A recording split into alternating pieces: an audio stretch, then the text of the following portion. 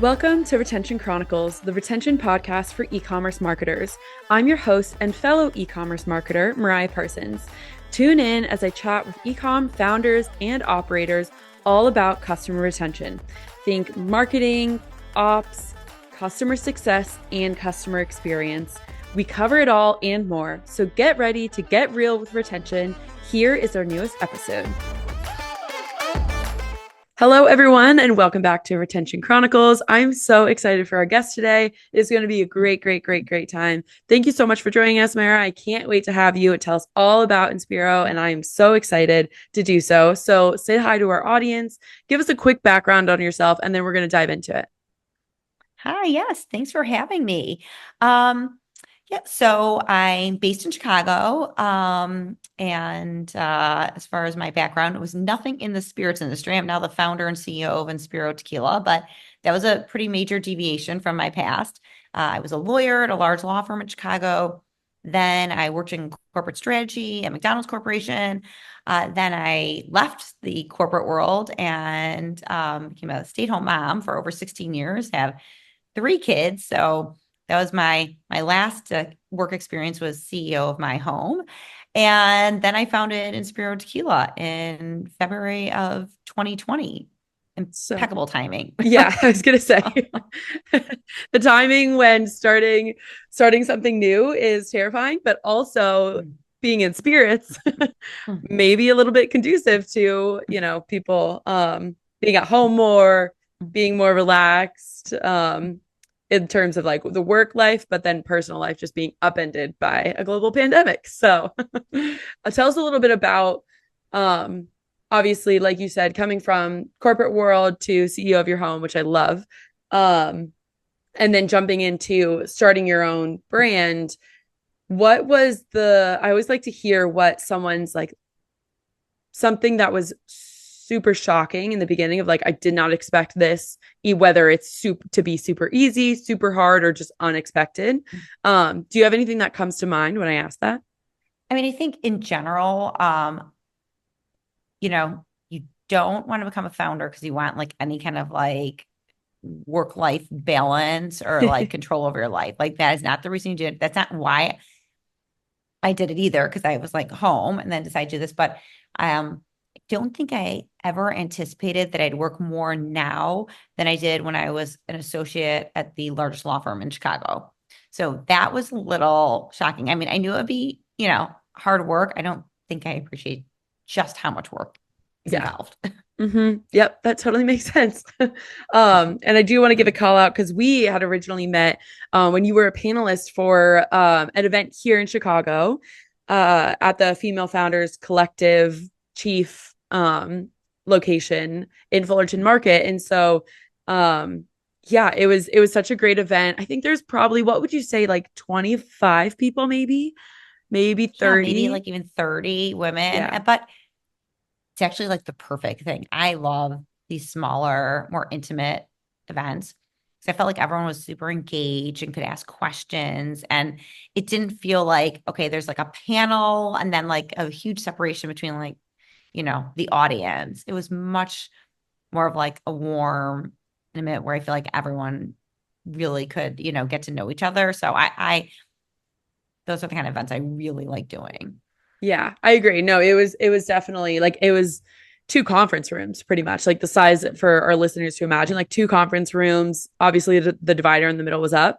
So being able to just like chat and like see people's reactions and whatnot. Cause I just gotten back from Shop Talk the week before, and that's a huge conference, which has its benefits. Obviously it's multiple days. You're meeting like so many people just so quickly.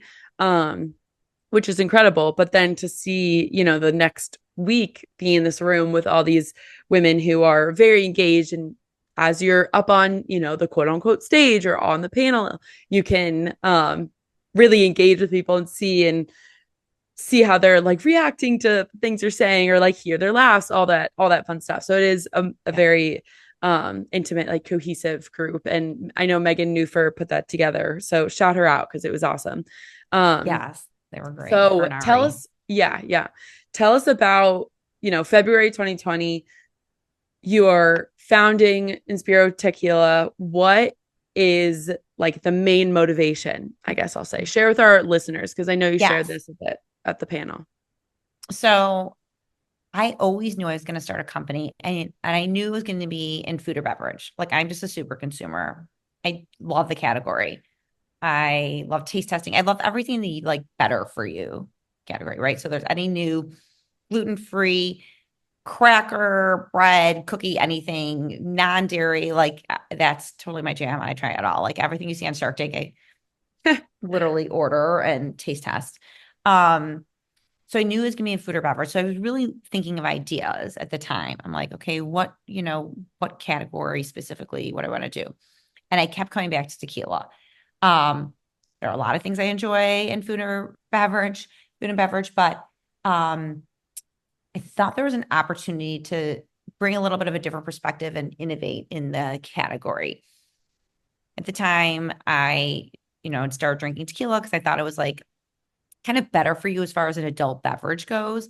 I mean, it's still alcohol, but just like a better way to drink that I wouldn't feel lousy the next day, didn't have the sugar or carbs.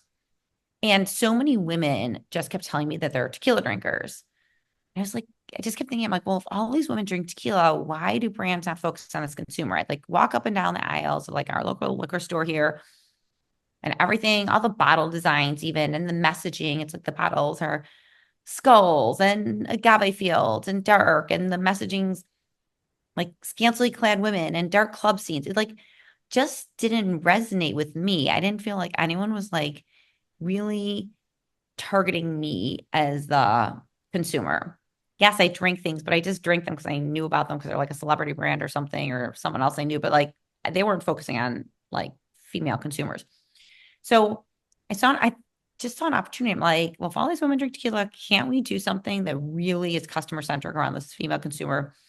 And the second piece was that I did not know that all the big brands I was drinking, contained all these undisclosed additives. So things like aspartame and sweeteners and coloring and glycerin. And I generally like am, I feel like pretty clean in what I eat. Like I would never eat anything that had aspartame in it. So I definitely didn't want it in my drink either.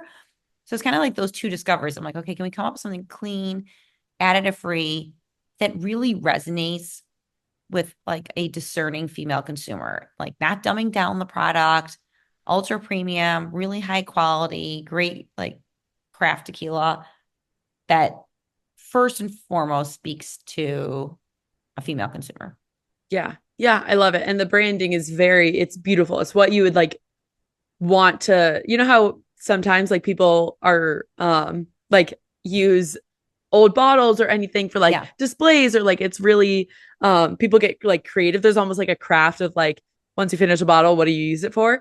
So I could totally see, a whole other side of using your branding, your packaging as like a very like certain home decor where people are like it is beautiful. It's not the skull, it's not the like big boxy bottle that you traditionally see. And I love that when we were at this panel, which is what I'm going to be drawing a lot of our questions from because it was just so interesting and I want our listeners to hear.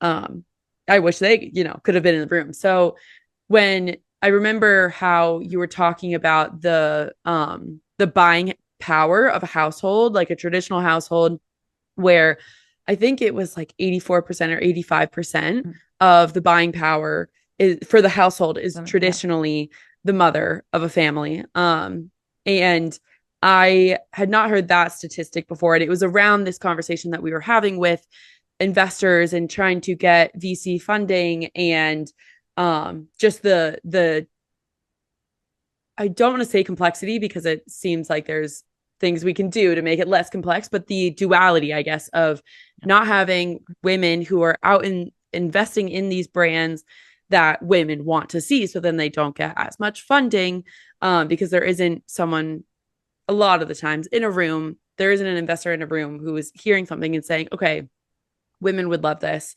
Let's back it, blah, blah, blah, blah, blah. So I would love to take this conversation there as well. And just because it pairs so well with your product, obviously, of like I'm going to make a better for you product. The quality of the product is going to be there, but the market is also going to be very tailored towards a market that is there but isn't on the on representative or represented in the what's currently on the shelves. So tell us a little bit more about how your experience has been just seeing for 4 years now what the field, what there is with having your own business. Yeah. I mean, I think it's a great question. There are a lot of layers there, right? So I'm going to kind of break it apart because I think there's like the, women-owned business, there's the consumer part, there's the, access to capital piece of it. So first, when we talk about, that we're focused on this female consumer, yes, we know that actually 54% of tequila drinkers are women, and we know that women overall make over 85% of all purchasing decisions. So when you take this like very significant consumer base, I think kind of the first step is, should this consumer have representation on the shelves? Like, should we see products, diverse owned? If it's minority owned, woman owned, should like consumers who make purchasing decisions have some representation on the shelves and have companies that are founded by people that reflect that consumer? So I think that's like the first step. And that's like, we're also consumers get to make decisions and spending decisions, right? Women are estimated, I think it's in like 5 years, to control like 2/3 of the wealth in this country. So what decisions are we making, and, what do we care about? And honestly, because most of these brands, when they are diverse owned, are smaller, and then we get to the funding part of it, that takes a lot. That takes deliberate decision making. It takes a lot of intentionality that, okay, we want to support these brands because we want to make sure there's representation. I mean, if you're okay having every brand owned and operated by, a huge conglomerate or founded, and everything's crafted and created by, white men, then you don't care. But if you don't want to see that, because you want there to be diversity of thought, you want to have women, running things and ownership levels, at leadership levels, then we have to be really intentional about how we purchase. I am someone who's intentional. I really work hard. As long as someone delivers on the, quality, and if I can support a woman-owned business, like that is what I will do for my gifting, for my own purchases. So then the second reason is, so why generally do these, diverse owned brands just not have as much visibility? Usually is because the lack of funding to become really big, especially in like a CPG categories, like you generally need some backing. Like I bootstrapped a business for 4 years, and now we started to raise money this fall. But to do that, like to take anything to the next level, you need funding. Now, what happens, generally people invest in people that, like, again, kind of reflect themselves, that they like see, can relate to. So if you don't have women in the room making decisions and investment decisions and funding decisions, it's very hard for women to get funded. I mean, there's a myriad of reasons, and that shouldn't be, the sole like determining factor, that if a woman goes in a room and has a great business concept and plan and strategy, doesn't mean that men are not going to invest in her. But it's so much harder, like just the amount that she has to prove herself, and there's not the same relatability. She's probably not sitting at the table having drinks with him after hours with this group of men. She's probably not on the golf course talking about deals in our company. So like missing those opportunities. So unless we bring women to the table making those decisions, and that's where it kind of all goes full circle, because the more we support and have women-owned businesses, think about who becomes successful, we will have more women who have the ability to invest back in other female founders. So it's like the whole thing is like you support the women-owned businesses, you bring them up, you try and invest in them. We need more women investing. That's like a huge problem. Like, and I get it. There's just not the same comfort level. They're not usually brought the deals.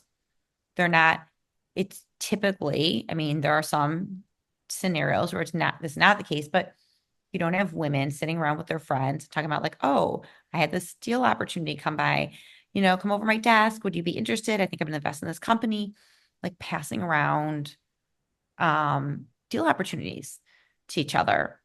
We talk about a lot of things. They'll talk about what's going on in their lives. They'll talk about their kids. They'll talk about like so many other things, politics, anything, but you don't hear them doing that as much.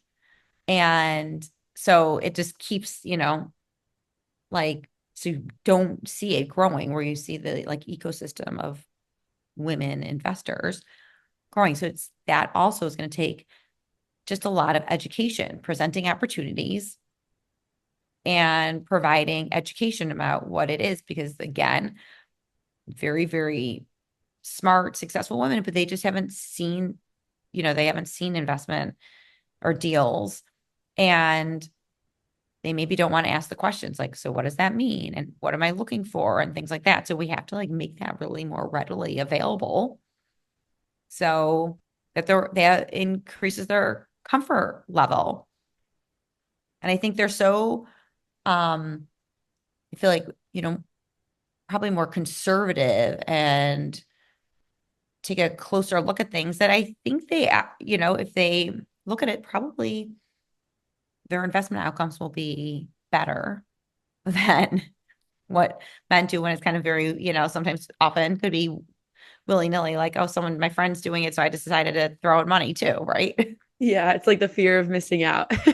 Right. Sometimes gets people. No, I really appreciate you parsing through that because, like you said, there is a lot to it. And I remember talking to someone at that same panel as well, where they were just like, I don't even know like where I'd even begin. Like, can I just be an individual investor? Do I like join a group? Like, I want to support all these different brands or all these different companies that I'm seeing being rolled out, but like where's the first step? And I feel like that's something that conversations like this will help with someone who's like, oh, maybe I do want to invest, instead of, I don't know, like instead of just putting the money in a high yield savings account or some other financially, quote unquote smart decision for investing, then it's like, okay, how do I put, how do I find a brand that is looking for backing? And Or what then other alternatives, right? yes, what Angel other alternatives? investing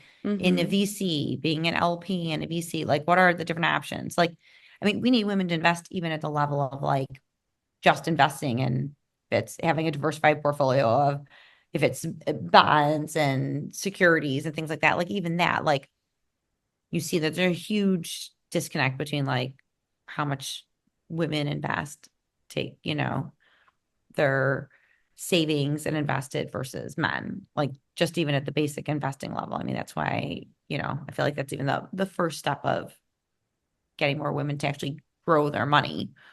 Mm-hmm. Yeah, I totally agree. And just subjectively, in my experience across the board, I've definitely had, like my brother early in high school was just like really interested in learning about the stock market and like more risky. And I was like, what are you doing? Like, and I was like, I don't even know this stuff. And I'm a couple years older than you. Right. But then it was nice because we obviously learned about it together.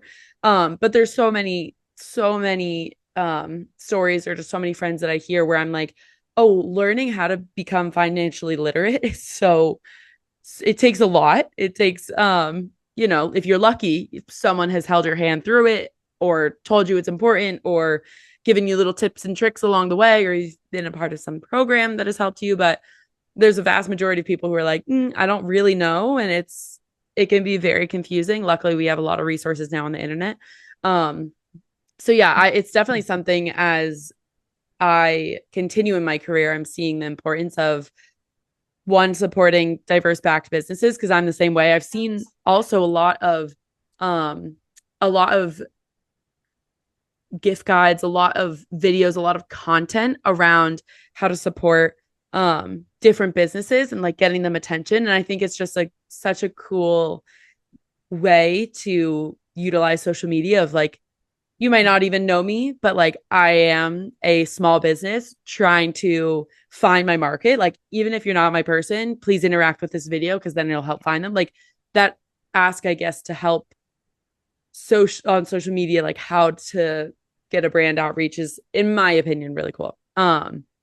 So I love this conversation, but I want to make sure that we obviously um talk about your experience with Tequila, but I love the technical side of kind of the real back end of VC and investing, and hopefully leave little nuggets for people to just go and explore of like, oh, if I'd be interested in that in the future, right now, how would I even, start? Because it's like we said, it's not is not a super straightforward thing to do, or it's not taught in our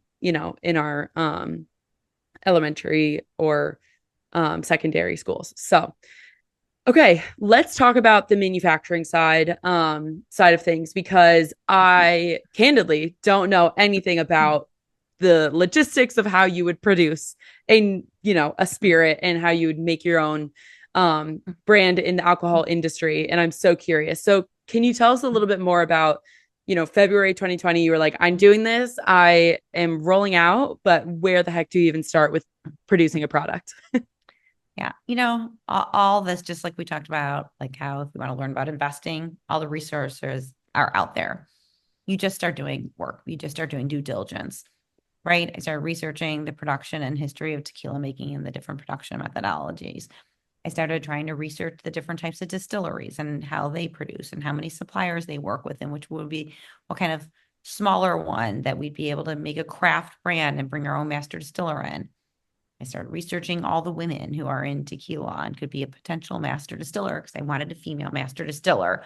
Like, I just dove in and started learning as much as I could.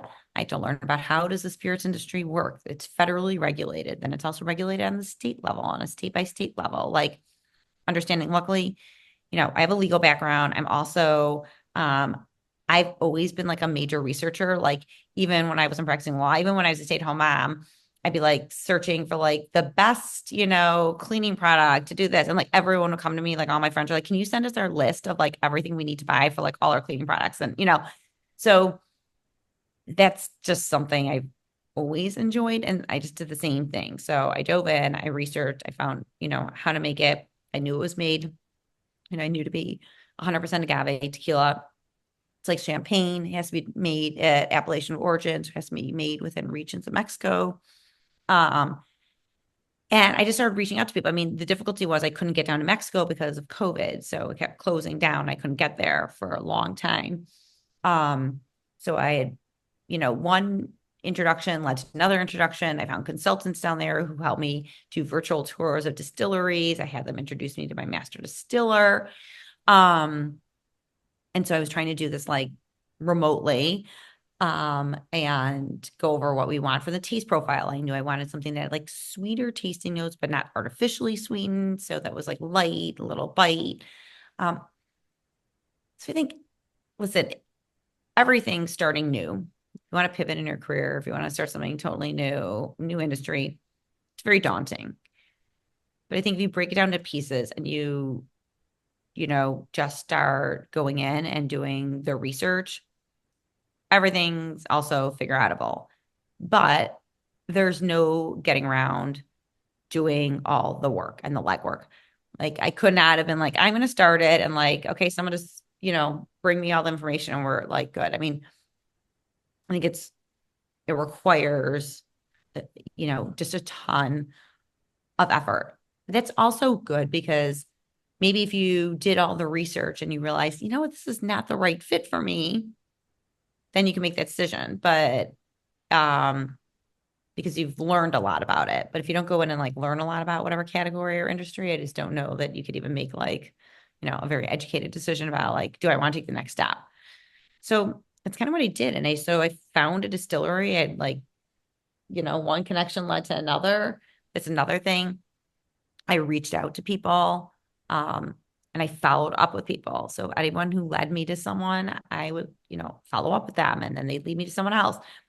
I had no community because I was coming back into the workforce after being out for so many years. I had you know, great friends, great carpool community. I had no business network. So I had to build it and do it really, intentionally to try and build especially a community of other female founders and leaders who could bounce ideas off of or ask questions to and like give back also, oh, I already researched this. Here, let me save you some time. I think sharing, especially peer-to-peer kind of mentoring for me has been fantastic because that's where I learn a ton. Yeah. Um, and I think that also demonstrates the very little things you can do to help support other people. And especially for me, other women, right? If you make a referral, if you make an introduction, if you shout out their name in a room where they're not there, if you collaborate with them or partner or there's so many little things it doesn't take this huge effort that actually collectively it's very impactful if everyone did that. If everyone made oh, I'm gonna make connect 5 people this month or whatever, one of those connections could be a huge lift for someone. Yeah. Yeah, for sure. And I relate very much because I love I definitely get my social battery recharged by making new connections, whether it's personal or professional. And so obviously this podcast fits well into that because I'm always Yes. trying to go out and meet new people. But I love even the little shout outs of, okay, you never know, like someone might be looking for I don't know, a pair of socks or something. And then you can shout out, you just happen to shout out someone who is starting their own brand and right, like all of these different little ways that I think would be less daunting to people than you have to always be screaming from the mountaintops and posting and all these things that obviously require time, but it could just be naturally in your everyday or buying gifts for people. You had said that earlier in the episode. I know that's a goal of mine as we're recording this heading into the holiday season. So it's very top of mind. But it is like those little behavioral changes that I think can have a ripple effect, like you said, of if you just connect 5 people, or you're top of mind for someone else where it's like, oh, wait, you meet someone, I need to connect you with blah, blah, blah, and then follow up and all that stuff. So I love that. And the peer to peer networking too, I found very influential, especially for people who are sitting in, same industry or parallel industries where it's you can have that, I guess, relatability of this is what I'm going through, but it's tailored to your experience or to your Yeah. industry, to your brand, whatever it is. And it's really a really nice thing to see, I think, some of the beneficial sides of business and work and um, networking that I think, when it happens, it feels really good. So it's really nice. I also want to ask you about the distribution side of things. So for our audience, you mainly sell through retail.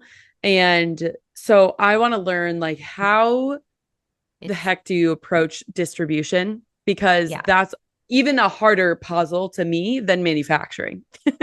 Right. Actually, so alcohol is regulated by the 3-tier distribution system federally. So I actually don't sell direct to any retail accounts. I sell only to distributors in Gotcha. each state. Okay. So each state you go into, you have to have a distributor, wholesale partner, who then basically takes the orders and ships to any retailers or bars or restaurants or hotels. It doesn't mean we don't have to sell to those accounts. I really have 3 customers. I have my distributor who buys for me, and I have to, get them on board and have them take us on in a market. Then I have all those kind of retail accounts. We call them off premise and on premise. Off premise are places where you purchase and drink off the premise. So you retail stores. On premise, place where you drink there at the premises. So bars, restaurants, hotels. So all of those, we still need to go in and sell into those accounts. And then our, end user, the consumer. And she's a really important customer, and we have to build brand awareness with that consumer. We have to have her know about the brand and know why it's different, and be part of our community, right? Um, so that when she goes into a store or is at a restaurant or bar, that she's like, oh, I know that brand. So, and they all just they require like just different efforts, different marketing efforts, different strategies for how you kind of, appease all of these different customers. Yeah. Yeah. No, that's very fair. Thank you for explaining that. Um, yeah, the distribution and the retail side is fascinating to me. But I want to hear about how you're kind of parsing through those like three different customers, right? Because they obviously have different goals. And traditionally, for direct to consumer businesses, you're obviously selling to one main consumer. So I think it would be interesting for our audience to hear of like, how are you thinking about the distributor and then the retail accounts, and then breaking it down further to the consumer and making sure that you're, getting the name out there so that your retailers and distributors are ordering more from you. Yes. Which is a great question. And a lot of these things are things that we try and figure out all the time as a new brand. And so we do have like what looks like a D2C kind of model, a piece of it. Usually like we have a special release of our special reserve and Yeho, or we have some cocktail kits for, holiday, or we do seasonal cocktail kits. So we use like a D2C platform for that. It is still not really direct to consumer because it's alcohol. It all still goes through me going through a distributor, through a retailer, and then fulfillment. So there still are a lot of layers. There is not a true D2C like where we're shipping it out. Um, but that allows us to, build some brand awareness a little more broadly because we can ship to like 45 states. And, those are things you can like run some ads, whatever, Meta, things like that to drive to that, or build awareness by people discovering our website and our D2C piece of it. I'd say with distributors, we've been very fortunate because we have really great distributor partners in our markets. That's usually the first hurdle for an emerging brand, is how do you get a distributor to pick you up? Like they have huge suppliers, like why us? So you have to be like additive to their portfolio, and in all honesty, figure out a way that you're going to be additive, and like how you're going to really when you get started, like how you're going to make sure you sell it yourself. Yeah. Right. Then for, the retailers, bars, restaurants, that it's a whole myriad of different tools and trade marketing that is required. It depends on the type of account. It depends on what works well at that account. As you mentioned, the top of, when we were talking before we started, that like we just launched in a huge chain here in Illinois, Jewel-Osco, right? So what does that require? How do we make that a great like case study for other chains? So like how do you support chains? Is it point of sale material? So people like, I see something about the product. Our bottle stands out on the shelves, but like, do you need some more merchandising material so they know about it? Is it, running some seasonal discounts to get trial? So there are so many. Is it doing demos, and do demos? How do they work in a liquor store versus a grocery store, and how effective are they? So there are all these different tools to test. And I think that's like where we're at, is like kind of the testing phase of which things work, and trying to do some data analytics on that, and figure that out, in all honesty. And then with the consumer, this is really what requires, like, building brand awareness with the consumer requires like probably more significant marketing efforts beyond what you can do in the store, right? Because like I think Yeah. often by the time our consumer walks into the store, she already knows what she's going to buy. So how do you get her before she walks into the store? So is this like, again, is this paid media ads? How are you getting in front of her? I think an interesting piece is using other people's audiences. So for me, I particularly, because I do have a great female founder community and because I love working with other, women-owned brands, like I think for us collaborating or partnering and doing some special, partnerships with other women-owned brands to me is particularly interesting. One, I just think it's fun. And also then both of us can kind of get in front of each other's audiences. Or if we have a few brands, like we have a new cocktail kit right now, it's with another woman-owned cocktail, like infusion kit. And right. So now we'll get in front of both of our audiences and collaboratively sell our products together. So things like that I think are particularly interesting. We're still testing out kind of like what does an influencer strategy look like, micro influencers or macro influencers, like how do you use that effectively?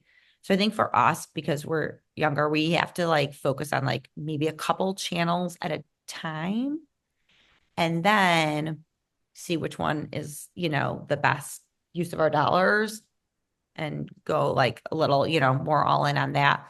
But just like you saw me at a panel, like what do I do a lot? How do I get the message out? I do things like this. I show up at panels. I mean, I also happen to love that. And we talked about it being like a smaller group, but like, great, maybe I have a smaller group of like brand advocates now who are going to think about it. And when they go to the store and then they talk to their friends or when they're bringing something for the holidays or they're gifting something, they're like, oh, I met the woman behind that. Yes, it's like very grassroots and it takes a lot of time and effort to build that way. But that's like the reality of kind of how, we can build a small brand and like make like more, I feel like stronger connections when I can get in front of people and they hear like the story behind it, my story, and try the product. It's very different than you going to like a huge booze festival and going up to a booth and like, you just tried it and do you remember it? So Yeah. I rather have the 25 or 30 women in the room who like will remember it, remember meeting me, hearing from me, hopefully, thinking something I said was interesting and trying the product, than the 300 people who came by and they forgot who we were by the end of the night because they're like 5 drinks in. Yeah. Right. Right.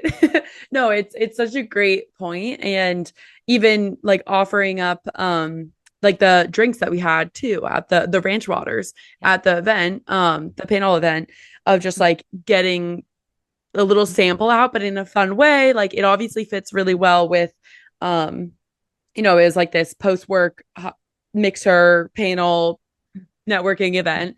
So like the field marketing or the event marketing there where you can just be like, okay, this is obviously I'm here as, a knowledgeable expert in the space, but then also being able to share more about the product and have people taste it right then and there and see the bottle and all that stuff. It makes a lot of sense. And it's the argument of quality over quantity, of Yeah. just like you said, instead of just having it be at a festival or something like that where they're maybe not meeting you and maybe don't have that 1-to-1 or 1-to-30 whatever interaction ratio. I've seen it work a lot of the times, and I know it works for me where I'm like, oh my god, I met that person, I want to like support them, like follow their Instagram so I can stay up to date, like subscribe to their emails, make sure that I can tell it to friends or Right. bring it to somewhere, maybe introduce it to a space or like give it as a gift or whatever else, because it does go a long way, and also selfishly, like it makes me feel good too to know that I'm helping even in this little indirect way, um support one of the businesses out there that I luckily through my job and through this podcast get to meet all the times. And so like I'm always telling my friend, I'm like bringing new, even things like games, bringing new drinks, bringing new food, like um trying to support smaller local diverse owned businesses because it does bring me joy. Well, Which I think meant about to it. actually say now that we're back here at the top of the call. Rebel Bee honey chews. I just tried them for the first time here in Chicago and they're great. So when you're saying like I care about I what just I put added into that. my body, well we'll practice it in action of shouting out a brand. Um Okay, they're on because my list. they're delicious and they're made just from honey, mushrooms, like blue oyster mushrooms and tart cherries, the ones like the flavors I got. Um, and it was But great. I think that's So, something about women too, as consumers. Like, I think when we find something we love, we like to share with our friends. Like, mhm. I'll literally find something. My friends will be like, I'm like, I have the best white t-shirt. You have, then I send it to like everybody. I'm like, oh my gosh, this, you have to get this t-shirt, because I think we like sharing. We like discovering and finding something and like sharing it. And that's kind of my thesis as well behind this. Like, well, when someone finds it and they really like it, like, well, they're going to want to share it. Yes. So Yeah. Exactly. Exactly. I love this conversation so much. So I want to also ask about customer retention because I know one of the things that when I have brands on here who are selling in multiple channels, usually it's directly to a retailer because I don't have to, worry about being in the spirits industry or directly to a consumer. One of the major differences is obviously through a retailer you don't get that same customer data that you're getting right. through a website, email, SMS, orders online, all that stuff. So is customer retention part of your strategy in terms of when you're looking at, okay, how am I trying to retain these customers that I'm getting before they go into a grocery store, but I don't have their like order data where I can remarket back to them? Is it still something that's like swirling of like, how do we figure this out? Or is it something you feel like you guys are, checking things off the list? Listen, we would love it. I gotta say, I also think this consumer tends to be loyal when you find something you love. Like, I find something, I have a great face cream, like, I'm not changing it unless there's like some reason to, right? Mm-hmm. So if I find something I love, I just want to like use it over and over. And then when they discontinue it, I'm like, why did you discontinue that? I'm so upset. Yeah. But um, so customer retention, I think, is particularly important. Like, we want to be the go-to tequila for this, consumer. We want women to say, oh, my, clean, additive-free, like easy drinking tequila is Inspiro Tequila. But it's correct. Like, our business model is through retail. And we don't get very much data at all because we are a small brand. Like, we don't have, large brands are getting like every, tons of like compiled data that's like really nice and comes pretty and these great reports and they're using them and from Nielsen and IRI and all those. Like, we don't get that. So it's very hard for us to know that. Um, I think the only way we can kind of see is like, and even in social media, we don't know if it's retention because we can only see like growth. We can't see that, like, oh, it's the same person interacting over and over. Um, Online, we can get a little more of that information, but generally in the markets that are like my hometown, here, Chicagoland area, most people are going to buy in store and not online because why would they ship it unless it's like a specialty item, a special product that released or something, but they would go in store. So it's hard. I don't know how to survey or find people. I wish we had like better tools to do that because I also love getting feedback. Um, what I would say is the reason I also show up at so many consumer facing events, even like this week, I did an event downtown and I'm going to do like local grocery store tastings the next couple of days, including like starting tomorrow. Um, is That's how I because found those then I Rebel do have Bee like, honey ones is literally grocery tasting. I was just yeah. shopping. So there you go. So then I have direct, like, then I can hear, like, then I get feedback from people like, oh, I've seen you before I had you. And I'm like, oh, really? How and where and whatever. So we can get a little bit of that from doing those like demos and things. But in general, um, it's just hard. It's hard to know who is going in and buying on the shelves. But once you see like a regular cadence, you would just hope that if they're going to the same location, the same Benny's or same Jewel or same Whole Foods, it's like consistently going through product, then I have to think that somewhere there they have some consumer base around there that is continuously buying from them. Right. Yes. Yeah. You can make inferences from what you're seeing Right. on, how much the distributor is ordering again and kind of like how quickly selling out and all that stuff. Right. But yes, that makes sense that it is a little bit of a, I guess, game of where you're trying to match make all this data that you're hearing from events when you're out and about and hearing from consumers and you know that's one of the perks of selling D2C, obviously, is Yeah. that direct relationship or that direct consumer data that you're getting. So I wish you the best of luck to figure it out. I don't think anyone Thank you. has it all figured out, right? Like I it's the one through line of this podcast. and I'm a numbers person and I like data. So like I wish there was a way to like measure things more. Like I happen to would love to make more data driven decisions, but it's just hard to have Yeah. like a lot of great data at our like size. Mm-hmm. Yep. Totally makes sense. Hopefully that'll change in the future, Yeah. right? So Or we that can there'll be cross our fingers. resources.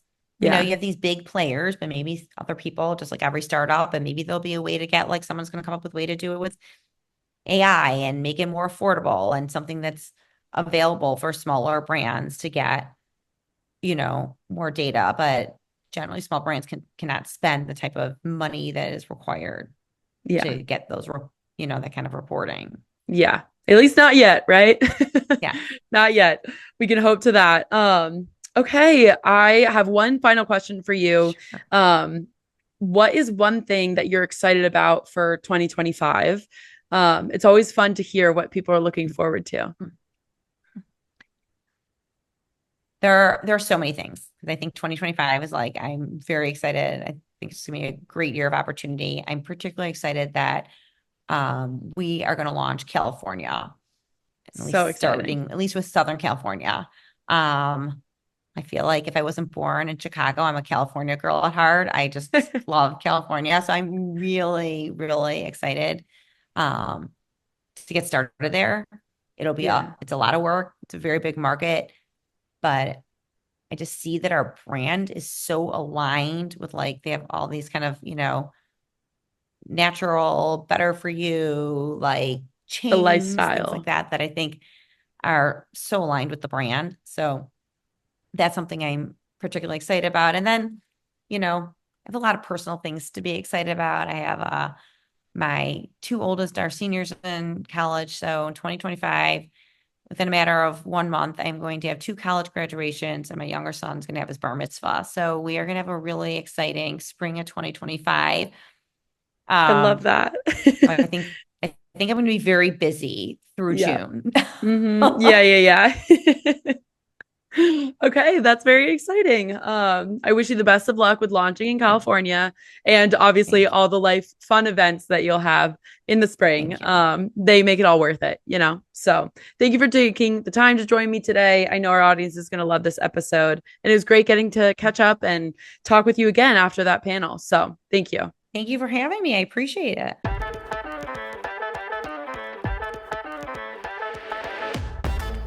Hello, everyone. It's Mariah again. I am just popping in to say thank you for listening to today's episode. And I am so, so, so grateful that I have been able to be on this journey for the past couple of years with this podcast. It's been phenomenal to grow and see our community of thousands of listeners, see what you guys are up to, what you're learning, what you want to hear about next. So if you haven't already, please like and subscribe to the show so we can continue doing this. Leave us a review, let us know your thoughts. Follow us on our new social media channels and check out our newly launched website. If you or someone you know would be a great guest for the show, please do not be shy. Fill out the form that we have on there because those are some of my favorite interviews. And I will make sure that our new website is linked in the bio. It's retentionchroniclespodcast.com. And as always, let's give a warm shout out to our day one sponsor, Malomo. As you already know, Malomo is an order tracking platform that enables Shopify brands to take control of their transactional email and SMS through branded order tracking. What does that mean? That means you ditch those boring carrier tracking pages, the all white pages that have nothing on them but a tracking number and an update on the date of your estimated arrival, and swap those with pages that actually match your brand and can help you convert on some of your goals. Customers like you and I obsessively check that tracking page when we're looking for our order at our doorstep, an average of 4.6 times, if you can believe it. Yes, customers are going to that page 4.6 times. So don't waste out on all that customer engagement and instead send them to a page that converts in the way that you want it to. I am talking dealing with shipping issues, having cross sells and upsells, having your social media on there, your loyalty programs, anything that you can imagine. So if you want to learn more about how to do that, go to gomalomo.com. That's GOMALOMO.com. And if you didn't get that, don't worry. That website link for our sponsor, as well as our podcast website, are linked in our episode description. So with that, I will sign off and see you all next time.